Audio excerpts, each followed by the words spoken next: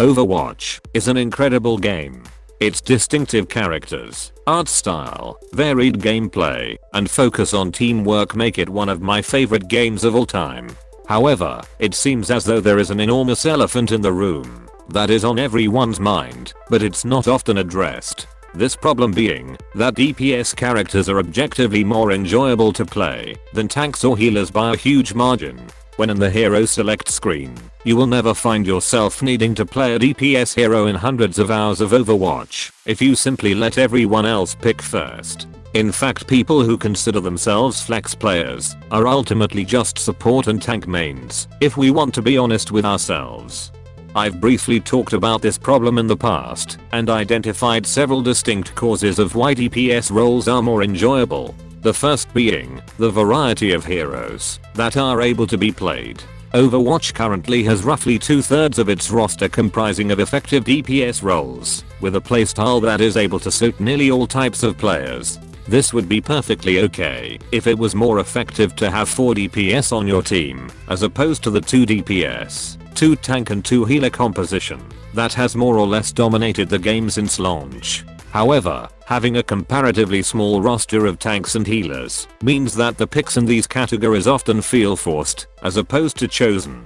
If 2 or 3 of the DPS heroes are considered impractical, this is just an accepted part of the game. However, if 2 or 3 heroes in the other roles are not viable, then you have no choice but to play a total of 4 or 5 heroes if you consider yourself a flex player. It's not to say that playing these roles cannot be enjoyable, as often the best moments can stem from these heroes. However, when players are forced to play a fraction of what this game truly has to offer for an entire season, then it doesn't take a genius to know that this is a big fucking problem. I've personally been noticing a decline in flex players and an increase in instant lock DPS players, and I believe that this may be a collective burnout after all these seasons. The real danger here is that the more flex players who make the transition to strictly DPS roles, the more pressure that leaves on the remaining flex players, and the more likely they are to also follow this trend.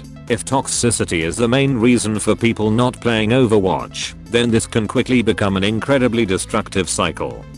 The DPS roles are also widely more appealing when it comes to players who want to be considered the best of the best. A Mercy could have motherfucking spider sense levels of awareness, an Ana could have 100% accuracy, and a Reinhardt could block 100,000 points of damage, and it still doesn't guarantee a win for their team. However, if a McCree or Widow is hitting 80% of their shots, then they turn into goddamn unstoppable killing machines capable of carrying 5 other potatoes to victory. Support roles are designed to keep teammates in the fight. Tank roles are designed to make space for their team, and DPS roles are to ultimately get picks and make progress. It is much easier to rank up by being amazing at a DPS role, because a player can effectively skip the middleman and fast track themselves to the ultimate goal, without relying as much on their team doing their job. As much as other roles may still be able to carry, I would rather have a professional level Genji than a professional level Orisa if I wanted to win my games.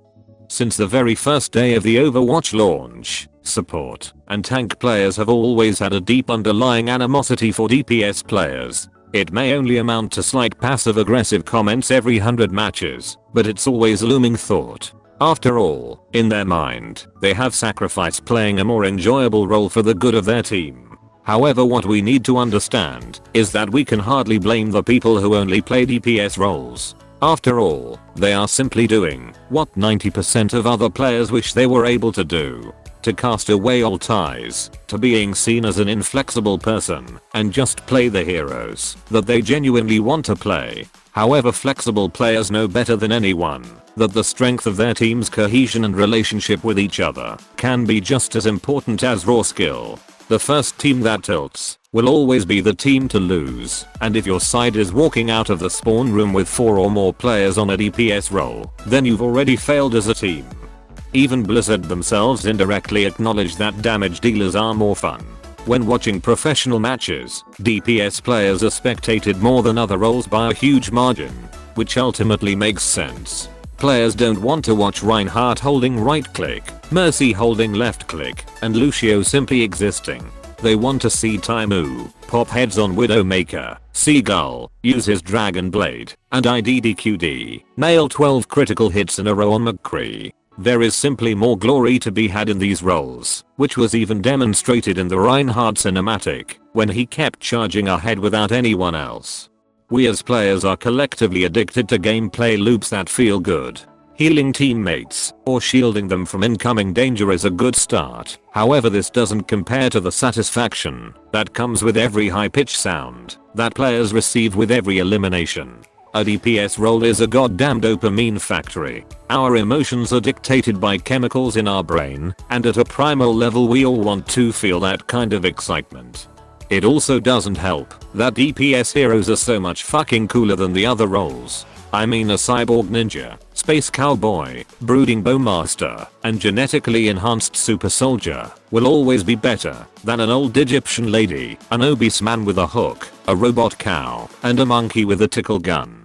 It is evident that Moira was an excellent change of direction, however, as this magic David Bowie imposter looks menacing, has an aesthetically pleasing skill set, and runs like a weeb to gain some market share from the Genji and Hanzo mains.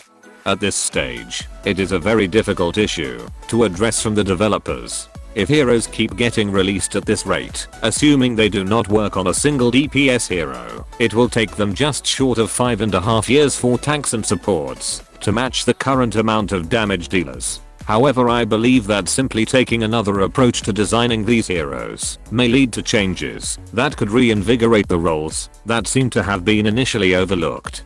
Firstly, by making healers and tanks more skill-based, it may appeal to players who want to be mechanically challenged and rewarded for their skill set. DPS heroes are collectively more engaging than their counterparts, and this does wonders for a large majority of players, including myself, with ever-decreasing attention spans. Making non-DPS heroes feel more impactful is also a welcome change. Getting a single kill can be the difference between winning or losing a team fight.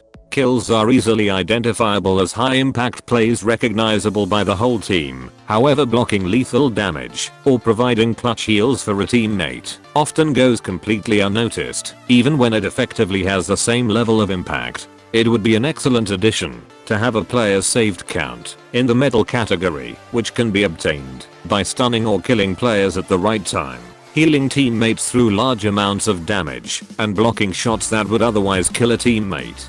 Not only would this make other roles feel more impactful, but it may also quantify the true amount of impact that players are having to your team. There is also the option of notifying players directly when they are saved by their teammates. I believe this may foster a newfound appreciation for all roles when they are able to understand the interdependence of their contributions. I would like to finish this with a message directly to Blizzard. We as players, who are now over 35 million strong, adore this incredible game. If we didn't, we wouldn't want it to become better. We can collectively agree that Moira is the embodiment of everything this game needs going forward. A mechanically demanding, aesthetically appealing, high impact, and high skill capped healer is exactly the kind of changes we need. We can assume that you as a development team are already several months ahead of this message, but please also consider the other ideas mentioned. As technically challenging as they are, we consider you to be some of the best in the world at what you do. If you can somehow make a game of this nature so well balanced, develop spectating features unrivaled in any other shooter, and have high player counts this far after launch, then I believe this is a challenge you are more than capable of addressing. Keep up the good work, Daddy Jeff and team.